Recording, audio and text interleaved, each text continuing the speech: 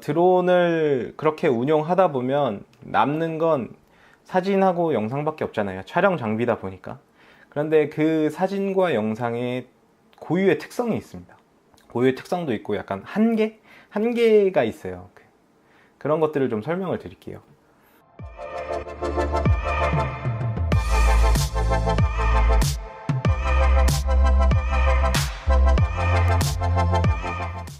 첫 번째로 드론 사진을 한번 말씀드릴게요.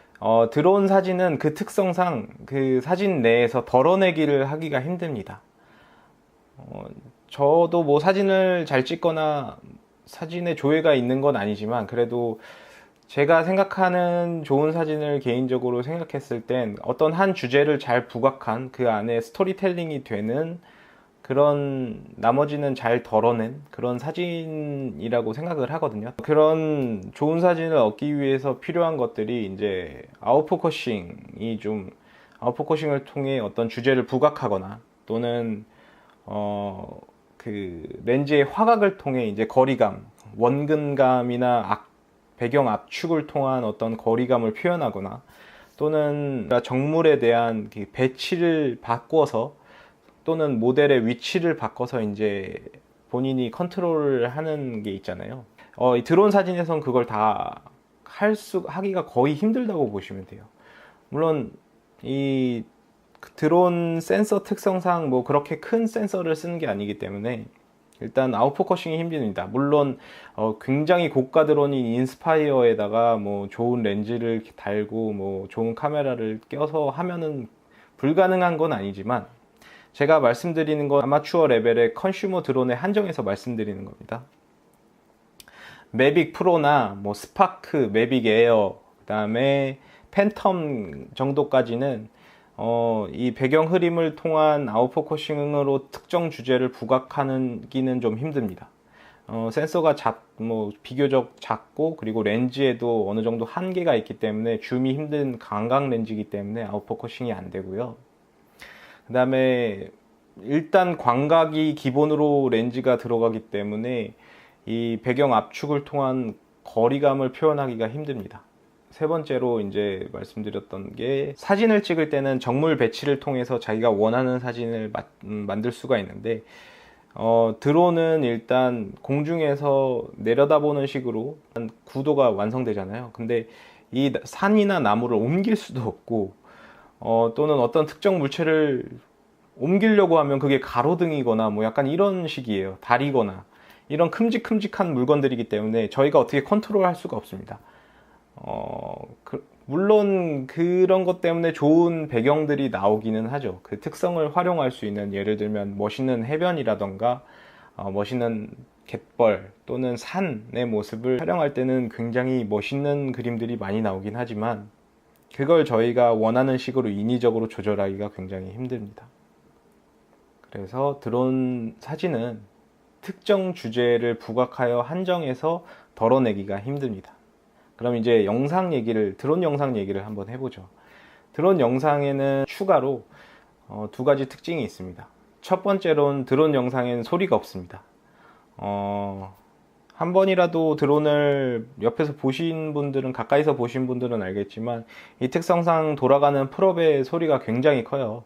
프롭의 소리가 크기 때문에 여기 설령 마이크가 있더라도 정말 바람 소리밖에 안 들어갈 거고 멀리서 올려서 이제 드론을 찍다 보면 굳이 소리를 아무리 좋은 지향성 마이크라도 아마 의미가 없을 정도로 소리가 지워지게 될 거예요. 밑에서 이제 멀리 찍다 보면 그 거리가 장난이 아니기 때문에 500m까지 올라가니까 500m 소리를 딸 수는 없는 거잖아요. 500m 밑에 있는 그 지상의 소리를 딸 수는 없기 때문에 제가 봐도 드론 자체에 마이크가 있어도 의미가 없을 것 같고, 그러려면 차라리 드론은 띄우고 다른 마이크나 음향 장비를 통해서 소리를 딴 다음에 싱크를 맞춰주는 게 더 맞을 거라고 생각해요. 드론 영상에는 소리가 없다는 특성이 있고요. 두 번째는 드론 영상에는 스토리가 없습니다. 이건 제가 개인적인 사견으로 좀 과장해서 얘기하는 걸 수도 있는데, 예를 들어서 여행 영상을 좀 예를 들면, 우리가 만약에 해외여행 프랑스 파리로 간다고 생각을 하면 저희가 일반적으로 그 영상을 찍으면 여기서 공항까지 가는 거, 공항에서 기다리면서 두근두근 거리는 마음을 표현한 영상도 포함이 될 거고요. 뭐 비행기를 타고 비행기 내에서 뭘 했는지나 뭐 이런 영상들이 포함이 되겠죠.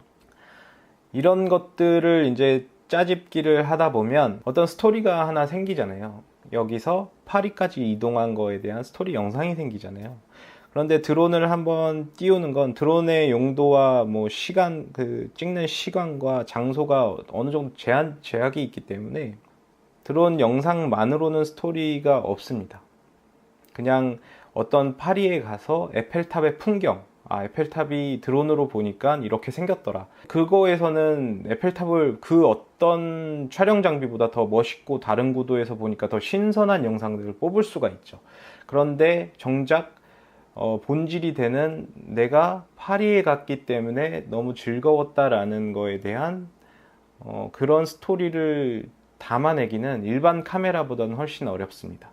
그래서 드론만으로 물론 찍으시는 분들도 있어요. 그 유튜브에서 이제 드론 영상을 잘 쳐보시면 여행지에 대해서 여행지의 유명한 랜드마크나 시에서 이제 여행 드론 영상을 컨테스트에서 뭐 나온 작품들을 보면 정말 드론으로 잘 찍으셨거든요. 그런데 그냥 드론 영상일 뿐이에요. 어떤 풍경을 보고 우아하는 영상이지 그 안에서 어떤 의미를 찾고 뭐 약간 스토리가 있는 걸 보기는 힘듭니다.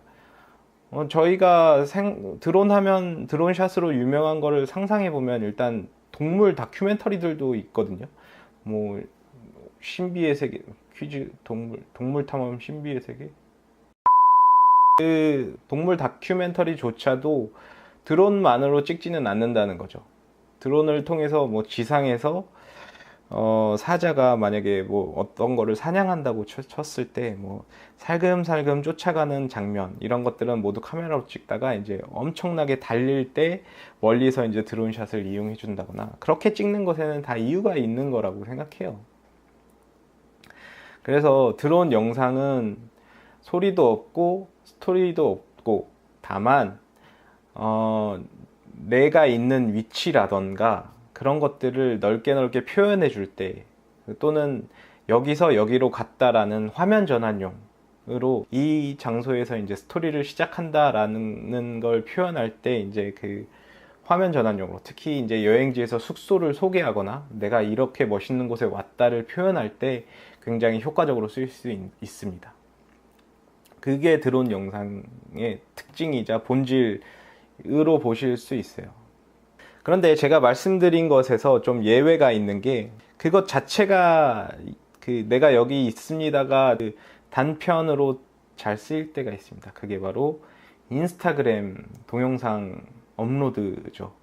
인스타그램 동영상 업로드이거나 또는 카톡으로 인한 기념사진 대신 촬영한 단체 사진이나 뭐 같이 찍은 짧은 영상물을 카톡으로 공유하는 그런 SNS 용도로 사용할 때는 그때는 그거 영상만 자체만으로도 의미가 있는 영상이라고 생각해요.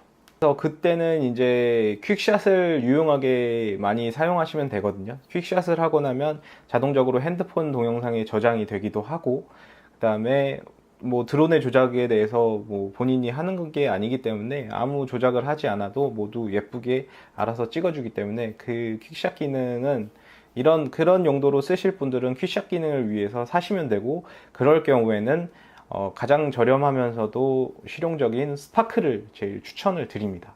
그래서 인스타 업로드용이나 이런 짧은 용도로 하고 다른 메인 영상에 촬영을 하는 게 아니라면 스파크 뭐 이런 드론 추천에 대해서는 제가 다시 말씀을 드릴게요. 그런 측면이 있습니다. 그리고 이제 드론을 운영하다 보면